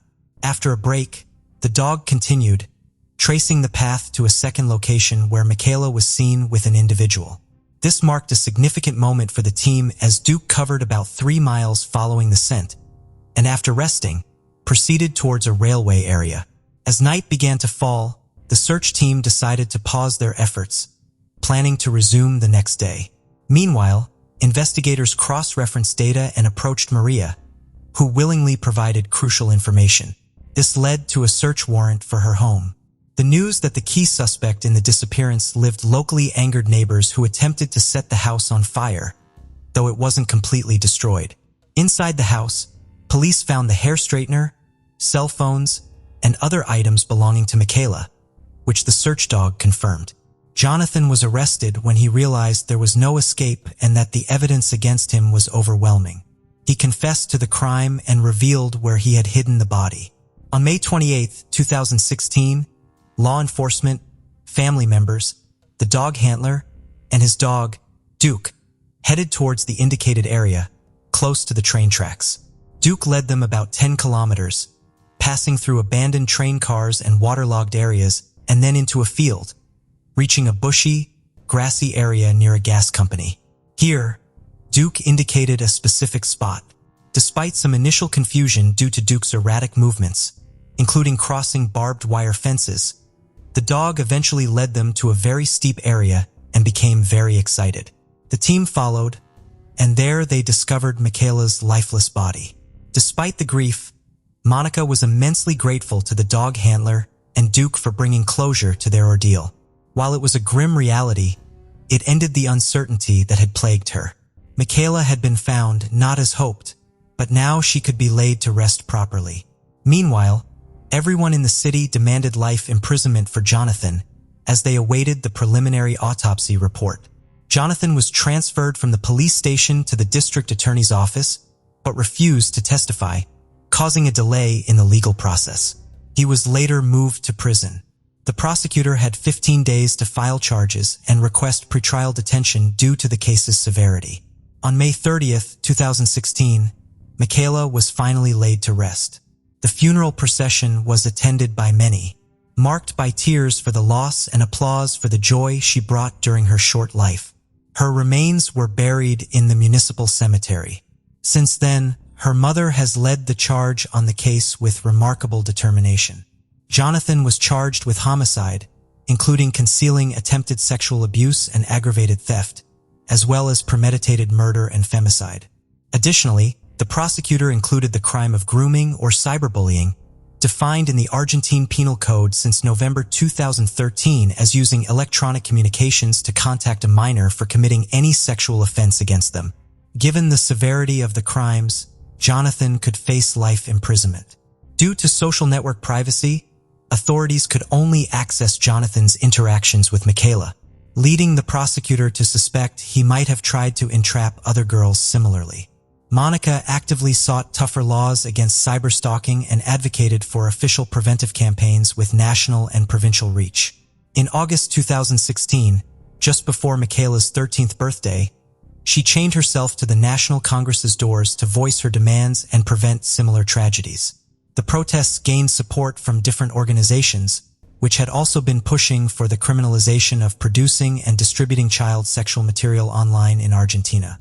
They emphasized the urgent need for awareness of the risks associated with internet use, highlighting the real individuals behind each screen and device, not all with good intentions. Monica's persistence paid off, and within 48 hours, she and the NGO members met with then Argentine vice president. Meanwhile, Jonathan's defense lawyer indicated that he wouldn't seek acquittal, but would challenge the legal framing of the charges. After over a year, the trial began in October 2017. On the first day, Jonathan arrived in the courtroom with a helmet, bulletproof vest, and escorted by 8 prison officers. He faced insults from the victim's family members, demanding he face them and vowing revenge. Monica tried to calm her relatives in a moment captured on video and shared on social media. She often looked up to the sky, took deep breaths, and stayed focused on Jonathan, who barely showed any reaction. Sitting before the judges, she was determined to provide the necessary information requested by the prosecution and defense. Her testimony was understandably the most emotional and challenging to hear, as she felt that not only had she lost her daughter, but her own life had been stolen. She also blamed the judge, who had granted procedural benefits to Jonathan, believing this enabled his escape and subsequent crimes. After Monica's testimony, the defendant requested to leave the room until the closing arguments, amidst growing insults from the public gallery. Later, other family members, including Michaela's father, brother, teenage boyfriend, and the last 2 women who saw Michaela, answered questions. The court also reviewed documentary evidence, including the victim's clothing and belongings and security camera footage. On the third day, the defense argued that the accused had suffered a head injury leading to cognitive function impairment. However, the medical professionals conducting the autopsy and the psychologists and psychiatrists who examined the accused provided strong evidence that he acted systematically and was fully aware of his actions. After a week of trial, the judges unanimously ruled that Jonathan Luna's actions against Michaela Ortega were triple aggravated homicide due to premeditation, gender violence, and concealing other crimes as he failed to achieve his ultimate goal of committing a sexual offense alongside charges of sexual harassment, cyberstalking, and theft. Consequently, Jonathan was sentenced to life imprisonment, marking the first case of grooming leading to murder in Argentina. As a repeat offender, he would not be eligible for parole for 35 years. The verdict was met with cheers in the courtroom. Outside, visibly distressed Monica gave her first statements to the press. Her dedicated fight gave her the strength to face daily life and find meaning in her grief. For Claudio, however, as he expressed, while the verdict brought some solace during the 2017 Christmas celebrations, the outcome was bittersweet. Subsequently, the consumption of anxiolytics was made mandatory for him to cope with the tragedy. Thanks to Monica's efforts in 2020, the Mica Ortega Law was enacted, establishing a national program for the prevention and awareness of grooming or cyberbullying against girls, boys, and adolescents. Its aim is to prevent, raise awareness, and generate consciousness in the population about this issue through the responsible use of information and communication technologies, as well as the training of the community. However, 2 years later, the case made headlines again when it was revealed that in August 2022, Jonathan appeared in the legal case as Joanna. Jonathan stated that he perceived himself as a woman and has since called himself Joanna. Based on this, he was transferred not to a women's prison, but to a transgender pavilion.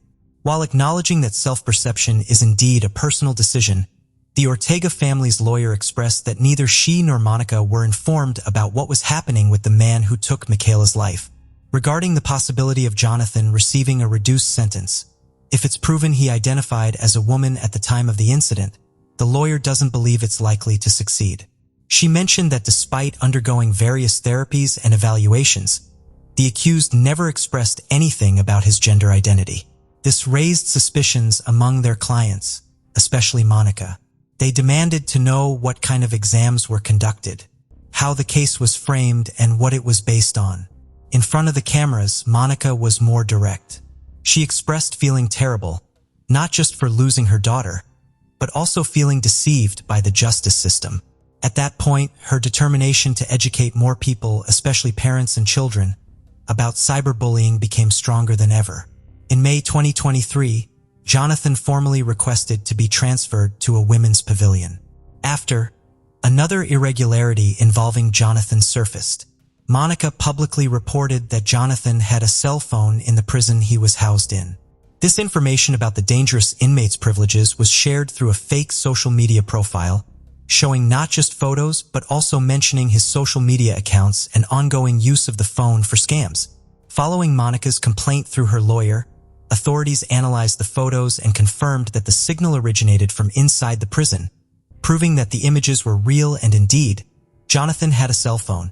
In mid-2023, the Supreme Court declared a complaint filed by the subject's public defender inadmissible, thereby confirming Jonathan's life sentence. In media conversations, Monica mentioned that seeing so many photos of her daughter at home helps ease, even if momentarily, the unbearable pain of her absence. She believes that every change achieved over the years, every discussion, and every legislative progress owes itself to Michaela, and it's for her that she continues to stand strong. According to Monica, Michaela was a fighter who stood her ground till the end, which is why Monica wants to follow in her footsteps. She only wishes to see her again someday and hopes that her absence won't be in vain.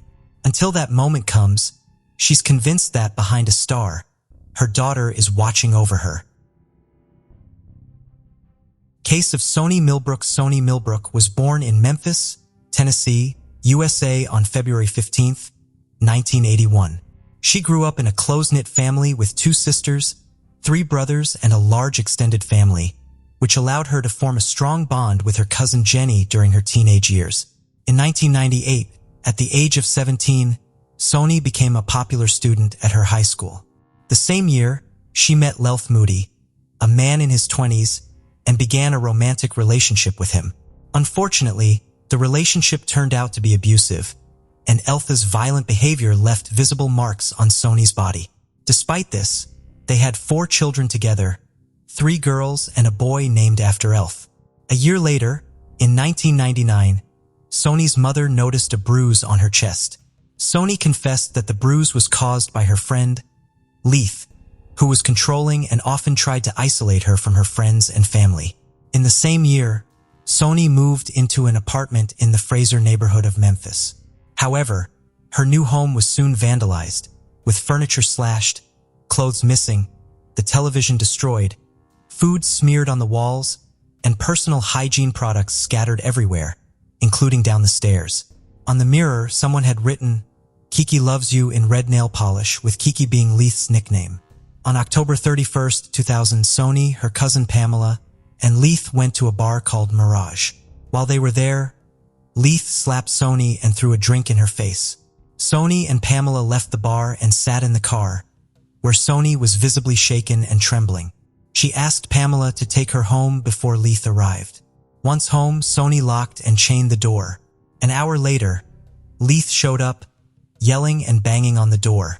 Pamela finally got Leith to leave by threatening to call the police. After Sony calmed down, her cousin left her alone at home. However, later that evening, Pamela got a call saying that Sony was in the hospital. Somehow, Leith had managed to get into the house, and when Sony tried to end the relationship, he violently retaliated. He tore her clothes, beat her on the head, face, chest, arms, and thighs, leaving her with bruises all over her body, a loose tooth, and even temporarily losing consciousness after being choked until she passed out by Leith Moody. Not long after, Sony discovered Elth Moody's birth control pills in her apartment, and he assaulted her again. By late 2008, when Sony was 27, she was working at a Christian academy. She was a reliable employee who always arrived on time, so when she missed work or requested time off, it was usually for significant reasons. One day, she called her employer to say she couldn't come in because her face was badly bruised, and she didn't want the children to see her like that. The director allowed her to wear sunglasses inside the academy, and Sony confided in her boss about how her boyfriend had once chased her in his car, trying to force her off the road. Leith Moody's violence wasn't limited to Sony and their children. In April 2008, he was found parked in an SUV with a firearm, despite being prohibited from possessing one as a convicted felon. He had already served 2 years in prison for theft and another 3 for drug possession with intent to sell. On October 6, 2008, the situation between Sony and her boyfriend Leith reached a crisis point. After failing to show up at the academy, Sony sent a distressing text message to her boss at 5 p.m., stating that Leith was holding her hostage in her own home and had been beating her all day. She provided her address, prompting her boss to alert the police. 2 officers responded to the call and arrived at the residence. When they knocked on the door, it was locked from the inside, and there was no response. The fire department was called to break down the door, and upon entering the apartment, the officers saw Leith jumping out of an open window. At the back of the apartment, Sony stood in the hallway, visibly distraught and unable to speak. Her 4 children were with her, creating a heart-wrenching scene. Her face and neck were covered in bruises and scratches. Once she calmed down, Sony recounted the events that had unfolded.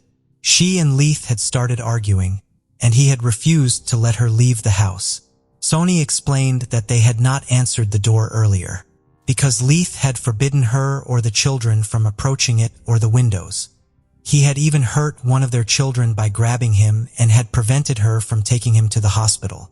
Sony detailed the physical and verbal abuse she had suffered at Leith's hands, including being choked with a baby blanket until she lost consciousness. When the police arrived, Leith had threatened to suffocate her again, vowing to kill her next time.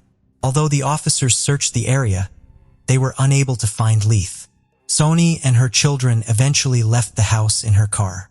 3 days after the incident, Sony applied for a restraining order against Leith, fearing for her life and wanting to prevent any further contact with him. However, she failed to attend the court hearing on October 23rd, which meant the protection order was never granted. 6 months later, on March 10, 2009, Sony and Leith were still in contact. On that day, Leith was supposed to pick up the children for a doctor's appointment, but instead, he started a fight with Sony, accusing her of having a new boyfriend. The argument quickly escalated, with Leith slapping her, pulling her hair, and yelling death threats as she tried to escape. Sony managed to break free and ran out of the apartment, with Leith chasing after her. He didn't catch her, but instead grabbed their youngest child, an infant, and drove off at high speed.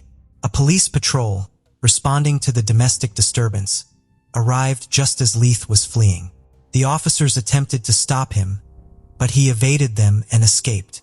By early 2010, Sony, then 28 years old, was studying at Southeast Tennessee Community College. Her 5th child was 9 weeks old and in fragile health, requiring her to stay home and care for him. In January, Sony and their children moved into the Budget Lodge Motel in Memphis. On the very day they moved in, their arguments were so loud that the motel staff intervened, as they were disturbing other guests. Unfortunately, peace remained elusive, as their fights continued to disturb the neighbors and the management with excessive noise. On January 22nd, a hotel security guard witnessed Leith in a highly agitated state when he arrived at high speed in Sony's car. He began shouting at her while she stood on the second-floor balcony with their children. During the heated argument, Leith threw a bag of groceries at her. The security guard intervened, telling Leith that he needed to keep the noise down and refrain from throwing objects, and that the argument should be continued inside their room. However, Leith responded by telling the guard to mind his own business, locked the car and walked away, with the guard following him to a third-floor room that was not registered under anyone's name. When the guard asked Leith to hand over any hotel keys he had, Leith surprisingly produced keys to 3 different rooms. Despite not being registered as a guest, the following day Leith, Sony, and their children moved to room 222. That evening, the night manager asked Leith to leave, which he did, but he soon returned. The confrontations persisted for a few more days until the same security guard, who had repeatedly warned them, finally asked Leith to vacate the property permanently. As Leith went to the parking lot, the receptionist attempted to calm him down, and the guard warned him not to return that night. Leith got into the car and drove away. On January 26th, Sony privately shared with Pamela that a lot was going on in her life and that she was currently staying at a motel. She hinted that she had something important to confide in Pamela and promised to get in touch if she ended up leaving the motel or if her boyfriend did. The next day began like any other, with Sony taking her younger kids to daycare and dropping off her oldest at school around 11 a.m. However, things took a turn when the housekeeping manager knocked on Sony's door, speaking to her through the window, to inform her that they needed to settle their bill or leave the hotel room. He returned several times that day, looking for a response. At around 2:30 p.m., Leith answered the door, telling the manager that his mother would be back soon with the money they owed. But when the hotel security guard checked room 222, he found it empty, with children's clothes, bags, and various items scattered all over the floor. One of the beds was neatly made, which seemed out of place given the state of the room. Later that day, Sony failed to pick up her eldest daughter from school, which was unusual. The school secretary called Christine, the child's maternal grandmother, to come and get her. Christine tried calling Sony, but there was no answer. Growing worried, she discovered that her other grandchildren were still at daycare. Convinced something was wrong, Christine asked her husband to pick up the younger kids while she went to the school. They eventually contacted the police, who arrived at the house around 10:30 p.m. and filed a missing persons report. On January 28th, the housekeeping manager re-entered room 222, which was now vacant, to collect and label the personal belongings that the previous tenants had left behind, apparently to avoid paying their bill. The room contained piles of clothing and a large trash bag, which were both taken to the storage area. After emptying the room, It was thoroughly cleaned and readied for new guests. The following day, on January 29th, James and Rhonda Sargent moved into room 222. Upon moving in, the new tenants immediately noticed a strong, unpleasant odor in the room. They attempted to mask it by burning incense, but this effort was unsuccessful.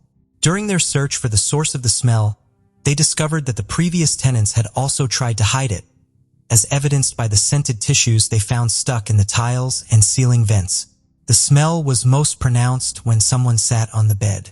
On January 29th, the Memphis Police Department's Missing Persons Unit visited the hotel to ask about Soni's whereabouts, as it was the last place she was seen. However, the officers did not search room 222. Leith was found on February 2nd at around 7 p.m. in Soni's car, which was parked at a shopping center. He was arrested for stealing the vehicle and held in police custody for 48 hours. During that time, he was questioned about Soni's disappearance. Leith said the last time he saw her was on January 26th, when they met at 7 a.m. in the hotel parking lot, went to the room, were intimate, and then went back outside. According to Leith, Soni let him take her car keys because she planned to use her social benefits and a school loan to buy a new car. However, investigators discovered that Leith had actually been staying at a different hotel, making it unlikely that he spent nights in the car, especially considering the snow during that period. On February 3rd, police found a debit card with Soni's name, along with several recent purchase receipts inside the car. On the same day, police examined the clothes that had been stored at the hotel, searching for DNA or other evidence, but they found nothing. This lack of progress added to their frustrations, and as a result, Leith had to be released due to insufficient evidence linking him to Soni's disappearance. Meanwhile, Soni's cousin and her mother had the painful task of going to the hotel to collect Soni's belongings. Soni's cousin had a terrible premonition, but unfortunately, she did not find anything to support her feelings. On February 4th, the police went to Moody's uncle's house, where they found a DVD player that had been taken from the hotel room in Soni's wallet. Moody had given these items to his cousin, who told the police that Leith had borrowed the DVD player on January 24th, saying he wanted to watch a movie. Leith was seen driving a red car that day. Later, when the cousin asked Leith why he hadn't picked up the children on January 27th, Leith avoided the question. When asked about Soni, Leith left the DVD player and wallet in a bag and quickly left the house. James and Rhonda Sargent asked to be moved from room 222 because of the constant bad smell. Since no other rooms were available, they had to move to a different hotel. However, even after the room was cleaned and the carpet was washed in early February, subsequent guests in room 222 still complained about the foul smell, which only slightly improved for a few days. Soni's family, especially her kids, were devastated by her disappearance. Their only hope was for her safe return. On February 4th, homicide detectives visited the hotel where Soni was last seen.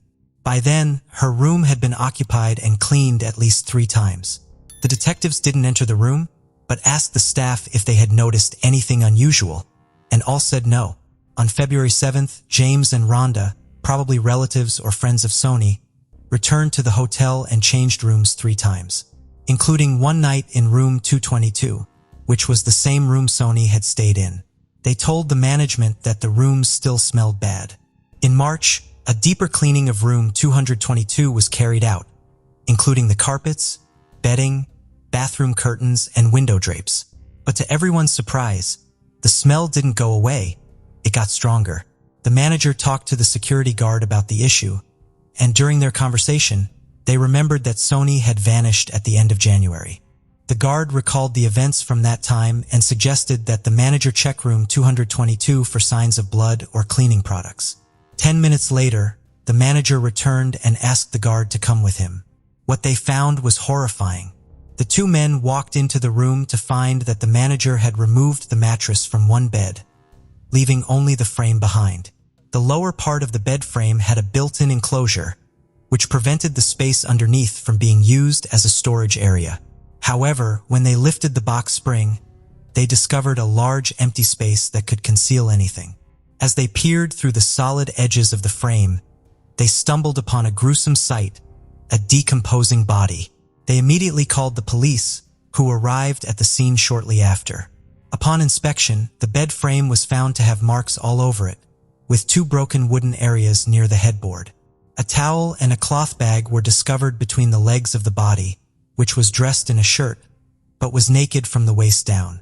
The autopsy conducted by the forensic team revealed that the cause of death was strangulation using a coaxial cable. The cable was wrapped around the victim's neck, under one arm, around the chest, and ended at the back. According to the forensic examiner, would have taken at least 2 to 3 minutes of continuous pressure to cause death. DNA analysis matched Sony's genetic profile, which included female markers. Additionally, male genetic material was found on 5 parts of the cable.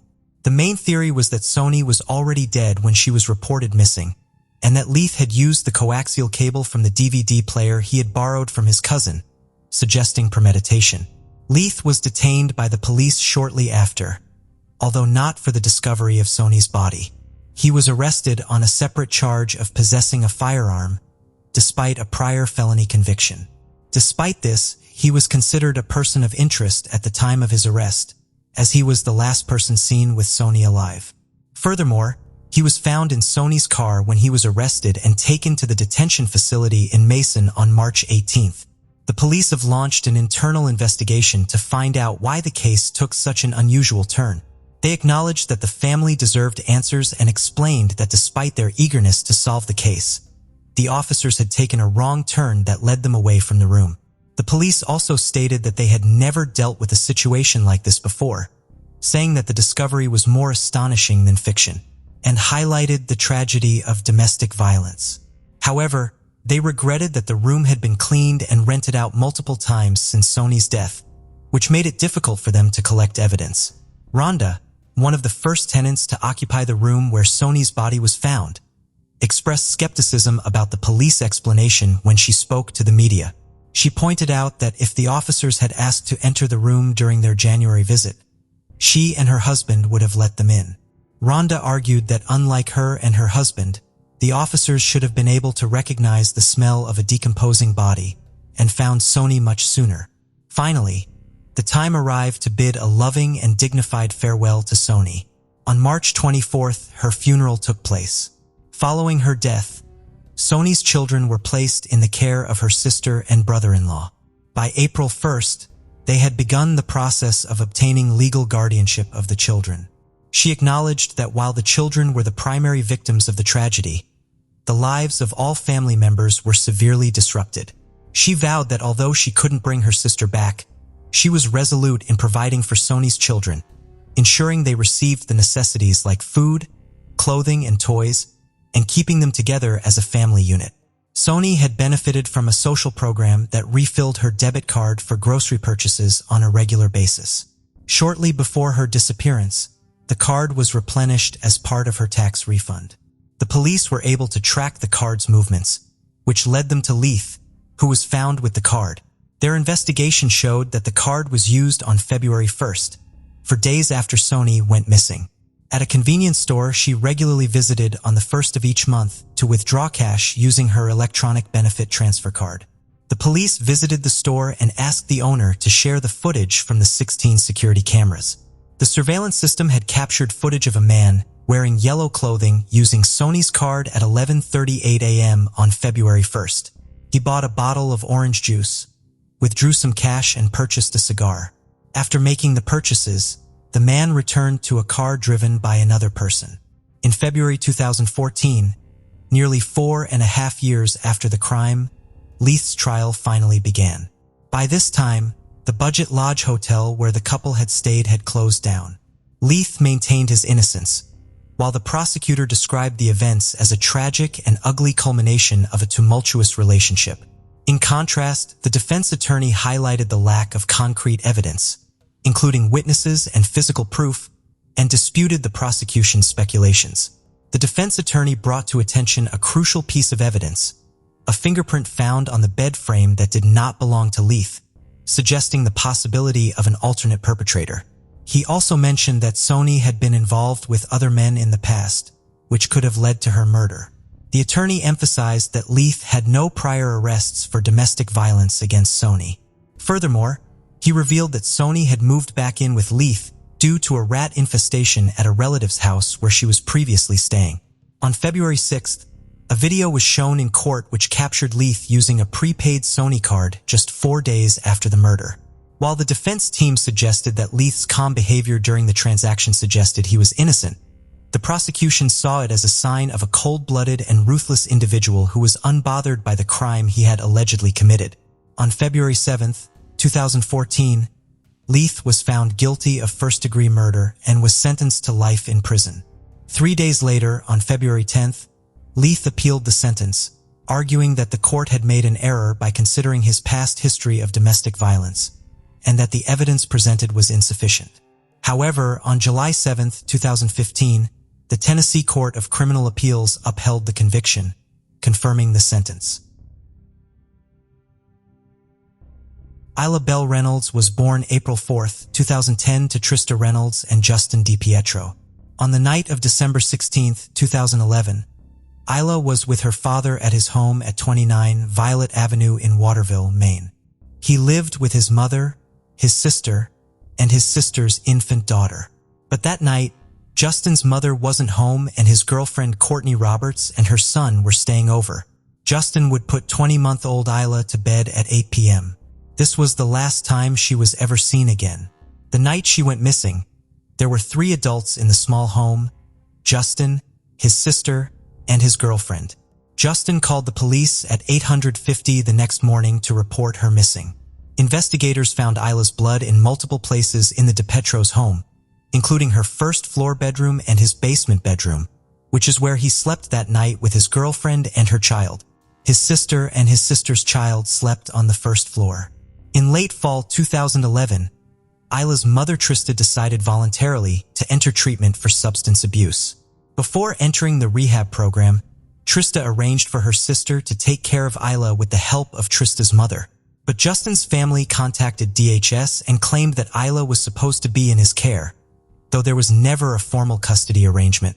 Without a home visit, Isla was removed from her aunt and grandmother's care and instead placed in Justin's home that he shared with his mother and sister. A home visit would have been standard procedure, but this crucial step was skipped according to Trista and her family. The representative from DHS who placed Isla in the DiPietro home was a woman named Karen who was related to Justin's mother Phoebe. Trista had reasons for keeping Isla out of the DiPietro house. She felt that Isla wasn't safe there. Although the pair had been voluntarily co-parenting Isla, she started coming home to Trista with unexplained bruises. When Trista asked what happened, Justin said there was an incident in the ball pit at Chuck E. Cheese, but Trista knew Chuck E. Cheese didn't have a ball pit. One time, Isla's arm was broken while in Justin's care. He claimed she sustained the injury when he was carrying her into the house, and his arm slipped, causing him to fall on top of her. Justin never sought medical treatment for Isla's injury, and later she had to be placed in a soft cast to heal. Knowing her daughter was in Justin's home, Trista checked herself out of the treatment program and tried to get Isla back, but the DiPietro family refused. When she called to speak to Isla on the phone, Justin and his family made excuses as to why she was unavailable at the moment. Trista stated that she received text messages from him stating that she would never get Isla back. Trista filed for full custody of Isla on December 15th, and Justin called to report her missing the morning of December 17th. In April 2012, police found some unspecified items of interest behind the Hathaway Creative Center in the Kennebec River, about a mile from the DiPietro's home. In May 2012, nearly 6 months after Isla vanished, authorities publicly stated they believed she was dead, but did not believe she had been abducted. Investigators found several drops of Isla's blood on her car seat strap in Justin's vehicle, and her dried vomit was found on the back seat. Drops of her blood were also found on her slippers, the sofa, her baby doll, a fan cord, a plastic tote in the basement, and also on a sheet found inside the tote. On Justin's sneakers, his mattress and sheets, the cement floor and wall beside his bed, and a pallet in the basement. When investigators showed him the blood, he had no reaction. He also told Trista that it was no big deal. He said he had no idea what happened that night, and she must have been abducted, and stated it was just a normal night. Strangely, he also took out a life insurance policy on Isla weeks before she disappeared. In December 2018, 7 years after her disappearance, Trista filed a wrongful death suit against Justin. Although the suit seeks unspecified monetary damages, she stated the real goal of it was to get answers as to what happened to Isla and to recover her body. In his response to Trista's filing, Justin said he was innocent of any wrongdoing in Isla's disappearance and the blood in his house was from one time when she was sick. Authorities maintain that he has not been cooperative with the investigation and they believe the adults who were in the home that night are withholding information. Surprisingly, no one has been named as a suspect in Isla's disappearance, and she remains missing and her case remains unsolved.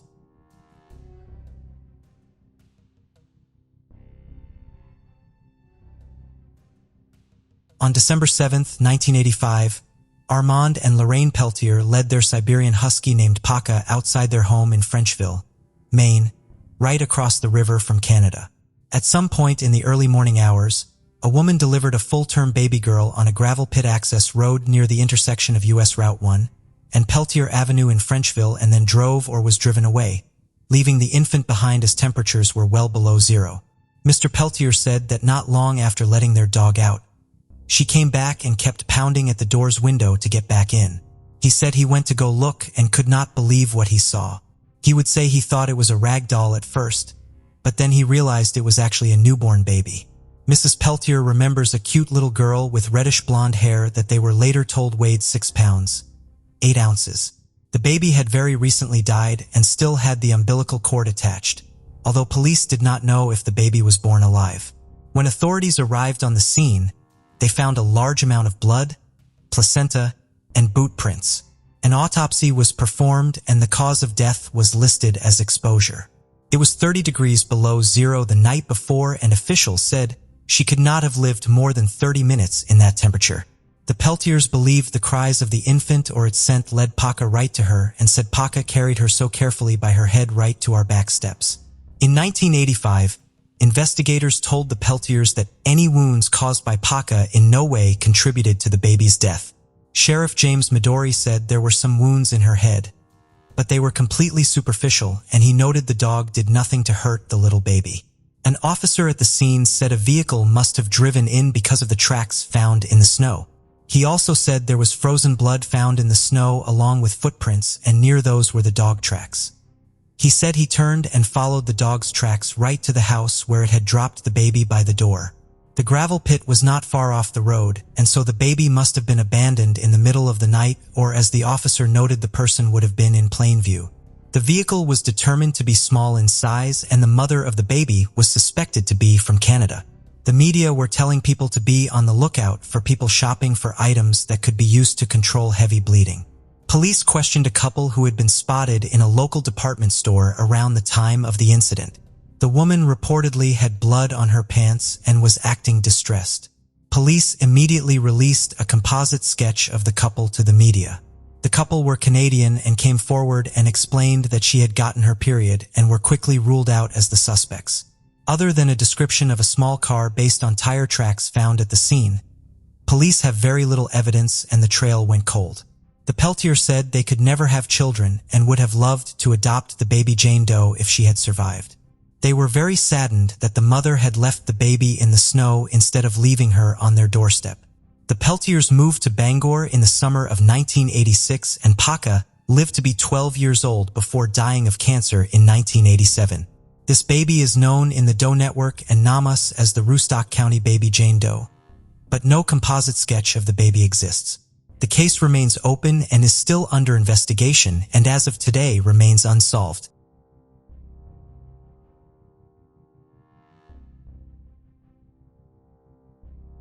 Robert Joyo was born January 13, 1980 and was nicknamed Rob. He was described as a goofball that loved to make people smile.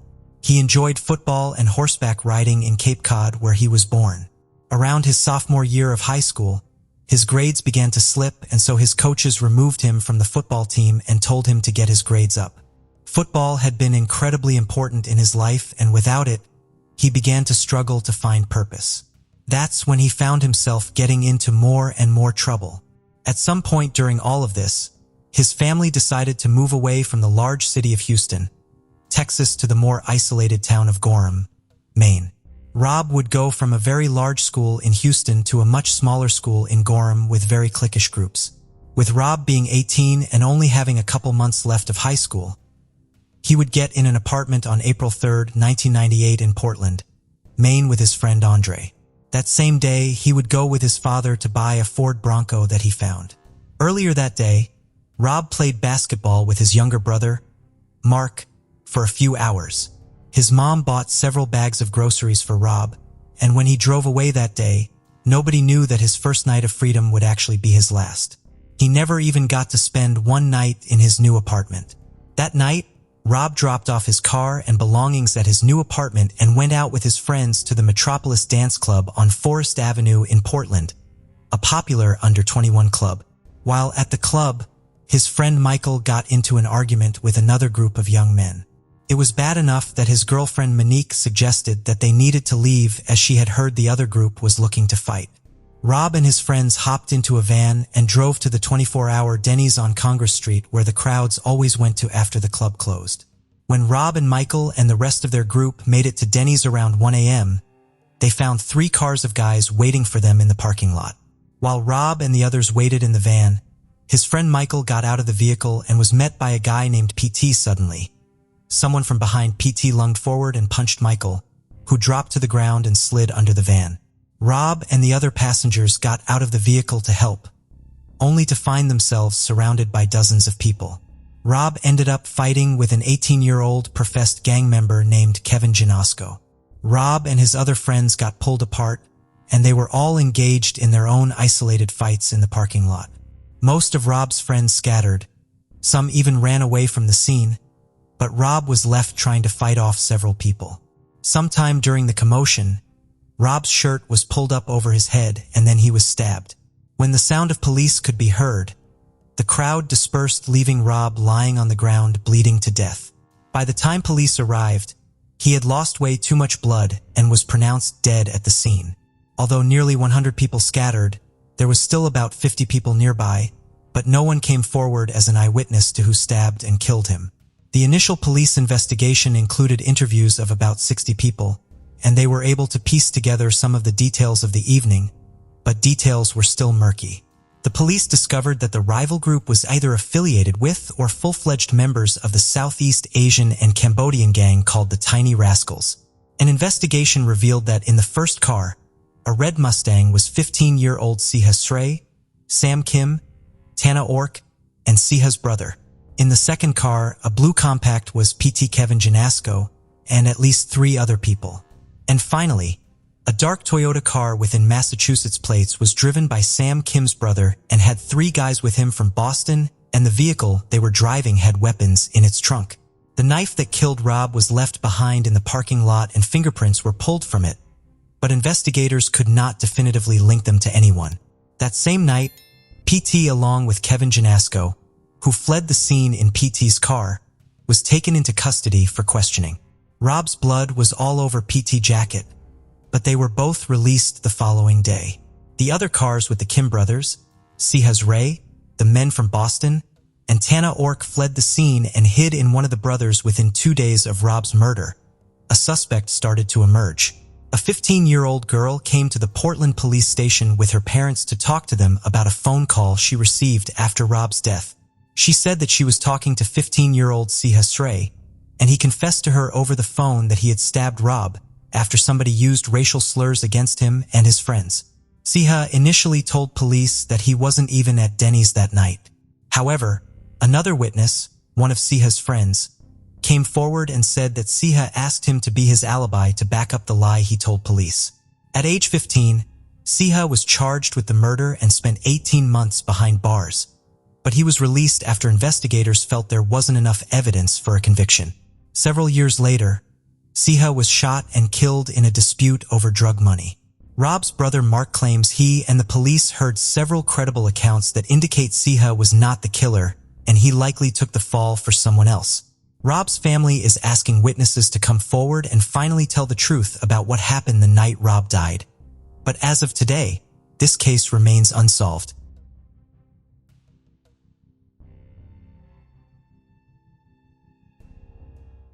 Thank you for joining us on this journey into the depths of unsolved mysteries. Cold cases not only challenge our understanding of the past, but also ignite our curiosity and determination for answers. Remember to subscribe to stay updated on our latest investigations.